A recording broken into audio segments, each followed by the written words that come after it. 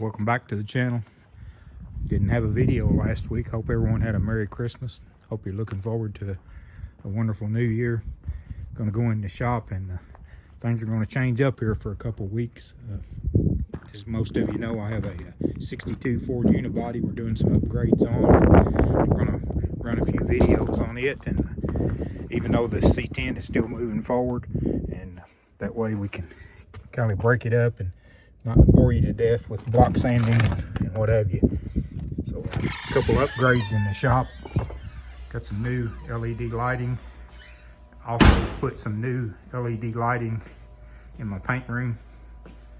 Having rough time seeing with the fluorescence as they get paint built up on them, which is going to happen on these too. But so I put LED lights in here, and it's really made a difference as far as being able to see and to paint. So, but anyway, hope you enjoy the videos on the unibody for the next couple 3 weeks, and we'll get back to the C10 and show you the progress we've made on that as it happens. 1962 Ford. This is what was known as a unibody. Here's why it's called a unibody.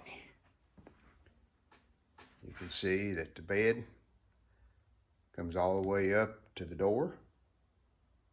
There's no separate bed. So kind of a rare truck. They made these in 1961, 2, and 3. This is my brother's truck. He recently traded for it. And we got a few things that he wants to do to it. So let me finish my walk around and we'll discuss what he wants changed on this truck. I mean, the truck looks nice as far as the outside. I don't think he's really going to make any major changes on it.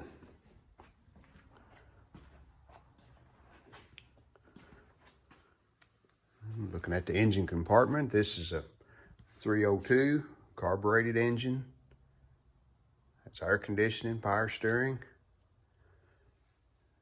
Really clean under the hood.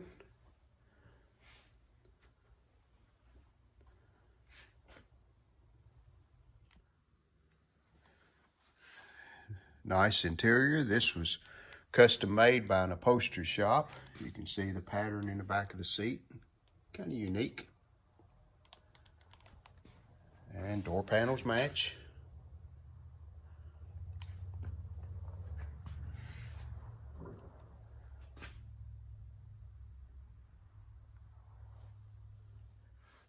But hey, where's the instrument cluster? Well, we've already taken it out. I'll show you what it looks like. We got it over there on the bench. But this is where the changes start to happen. We're going to remove this steering column. He has a tilt column we're going to put in its place. And I think you can tell this column is really long. Of course, the trucks were, you know, they were work trucks. They weren't made for too much comfort. But the column he has is going to be shorter. And he has new instrument cluster gauges along with the surround. I'll show you those. And the original wiring harness on this truck. Now, it works fine, but it has the old glass fuses, and you know, this wiring is 60 plus years old. So we're going to be putting a new wiring harness on it also.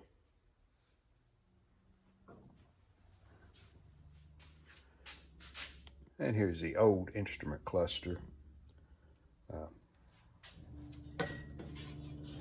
Everything on this is on one big pod. You can see we've got speedometer, generator light, fuel gauge, temperature, and oil pressure light. So as you can see, we've taken that off the back of this. And we still need to use this bezel, but here's a new surround that goes in it. Good tight fit there, and we marked here where the gauges will be. I'll show you those in a minute. But we have 4 gauges, then the speedometer and the tach here in the center. So we'll have to cut these circles that we marked. That one needs to be bigger. That's bigger. And I think, from looking at this, I think we leave this rolled edge like up in here, because that supports the new bezel. But we'll be doing that. And let me show you the gauges. These are shark gauges. And we have the high beam and right and left indicator LEDs. That's what those 3 little lights are for.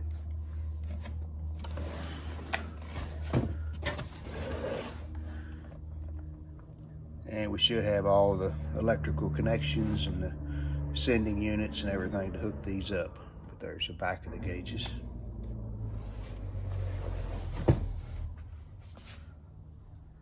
And here's a new wiring harness.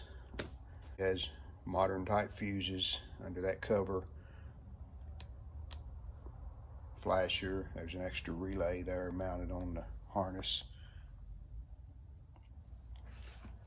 And we have one more thing that we're going to change on the inside of the truck. That's the steering column. And here's the steering column. Is a tilt wheel. Has a GM type connector for the turn signals.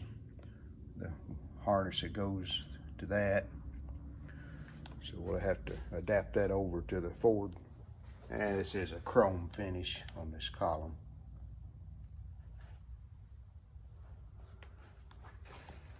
So quite a few things that we're going to be changing on the truck. And I forgot to mention one more thing. He is going to change the rear springs. There they are, laying down there. One of the old springs has it's bent on the end. So new springs are in order.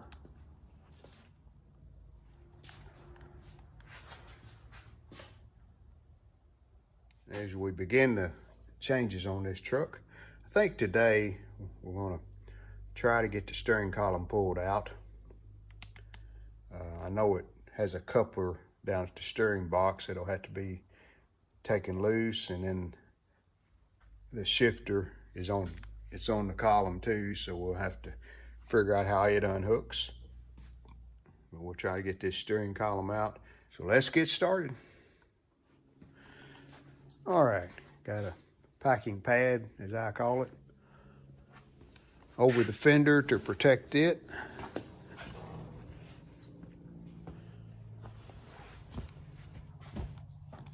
So there's what we have to unhook. My only question is the shift rod. I don't see any way that can go through the floor of the cab. It's right there. So this column is going to have to come out through the bottom. But let me look at the inside. Maybe we can tell a little more. Looks like there's some kind of a sleeve around it there where it goes against the floor. Guess we'll start taking things loose under the dash, and we'll take the shift rod loose. And we'll take this joint loose right there. And see how it acts, see if it'll come out. Okay, got the shift lever unhooked, went right here. And there's that arm I was talking about that extends down to the column. And then the linkage think you can see maybe there's a linkage that had 2 set screws with lock nuts. I just took them completely out. So now when we move the steering column, that shaft should pull off.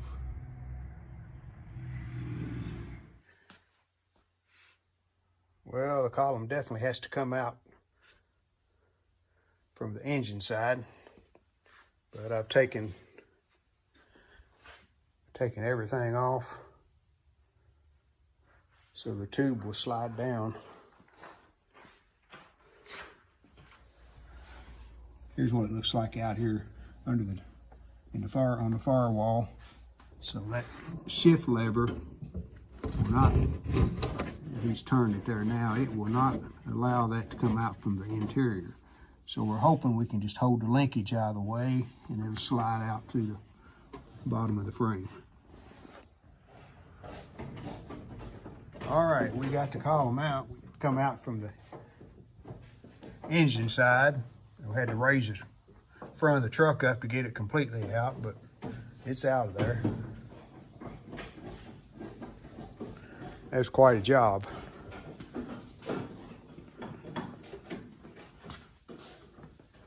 There's what's left of the column and the tube, the shifter arm. So we'll just saw this across here and drill new holes a little bit lower, and that'll raise this up in the dash. So the steering column will be higher than the old column was, give you more leg room.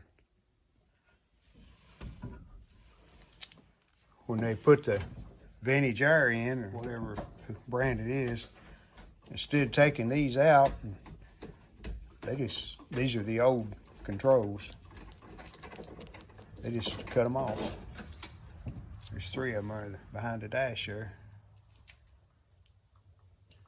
So the knobs are still in the dash, we won't be using those anyway. And the plan is if those cables and wires or whatever are long enough on those vintage air controls, we're gonna try to move them over here to where those 3 controls are.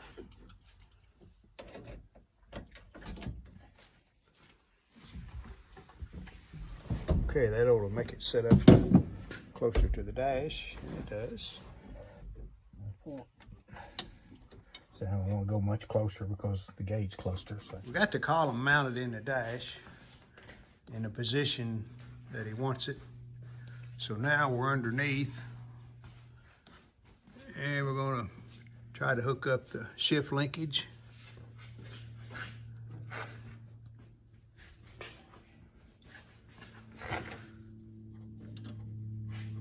Here's the linkage arm that we took off to get the column down through the hole in the firewall. And there's some screws that he's taken out that holds this.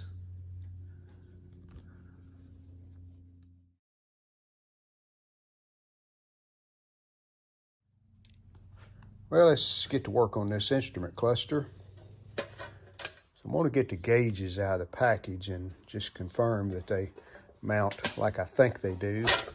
I think they have 2 posts that go through and a piece on the back that holds them flush against the old bezel like that. But let's get them out and look at them just to be sure. And yes, that is the way they work. You can see the clamp that goes on the back, and it just tightens down. This will push against the back of the old bezel and pull the new one, make a good tight fit. So first thing we need to do is cut the holes in the old bezel. All right, I have my nippers. I'm going to attempt to cut this part out first, and we'll have to bore holes on these other 4. But let's see if we can get this cut out.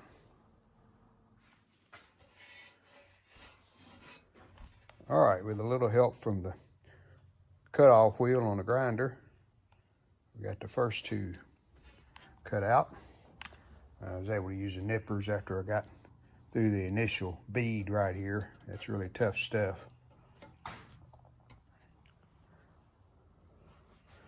So let's see what that looks like.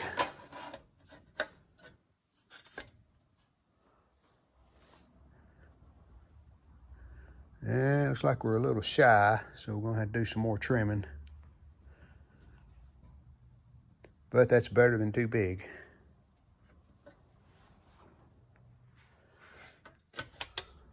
All right, I think we're good there. We'll try the 2 larger gauges just to make sure they'll go through the opening that we've cut. If they do, then we'll get these 4 smaller gauge holes bored.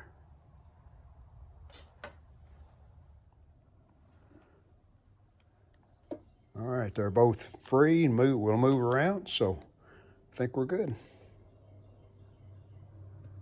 Got our hole saw and a drill press. And I have my circles marked with an X in the middle.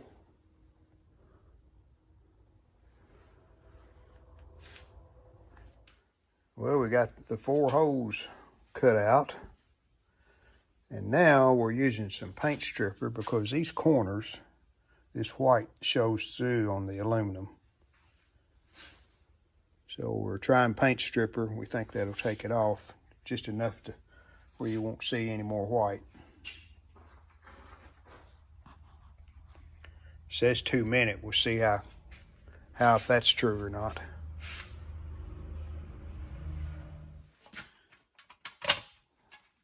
All right, putting the gauges in.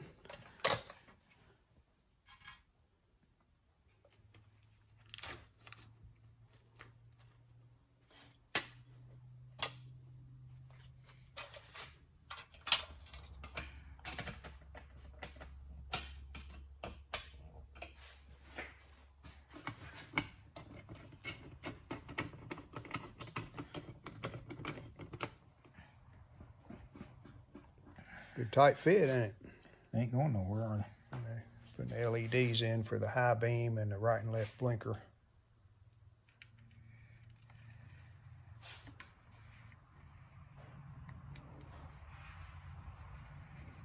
Lots of fingerprints where it's been handled.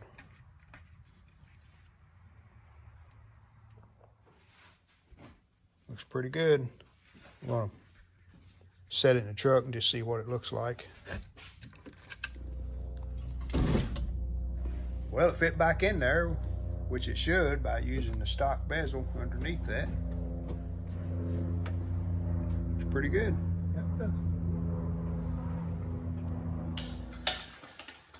All right, we're going to change these springs.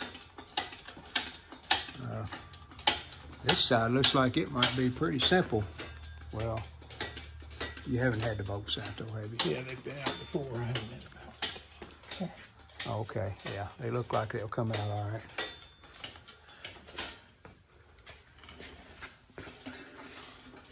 This just keep the rear end up where it belongs, and hopefully we can just pull the spring out, put the new spring in.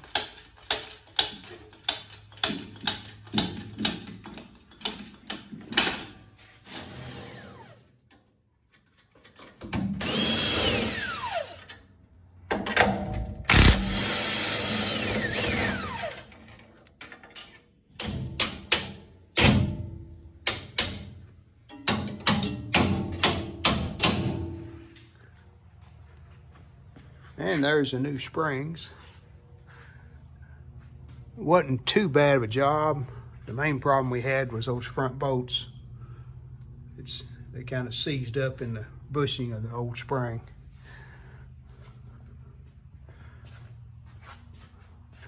All right, we're gonna let it down. The old spring had 4 leaves. These new springs we're using 3. So we're gonna see if it sets correctly when we put it down. Make sure it don't go all the way to the floor.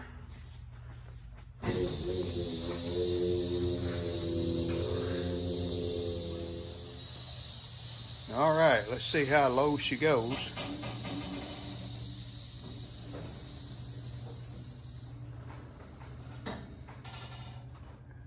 Down, down, down.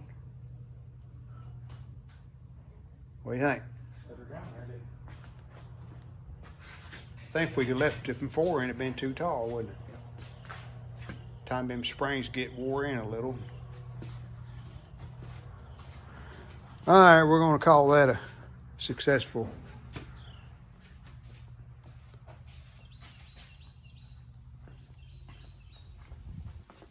Are we still gonna call it successful? Okay. All right, that job is finished. The fellow that had this truck, this had, of course, these are truck springs, and they're heavy. And he took out 2, didn't he say? 4. He took out 4. It had 9 leads. Wow. But anyway, it was heavy springs made for hauling. Well, that's going to wrap it up for part 1 of the 62 Ford unibody F100. Quite a bit accomplished in this first part, but stay tuned for part 2 when we'll be finishing up the steering column and the instrument cluster and the wiring. We still need to get going on it. So that's a wrap for this week. Keep following along as we continue working on the 62 Ford unibody. And in the meantime, I'm still working on the C10 Rusty and Crusty Chevy build also. And I'll throw some videos in between times on that, between that and this truck. Thanks for watching. Please like, share, and subscribe.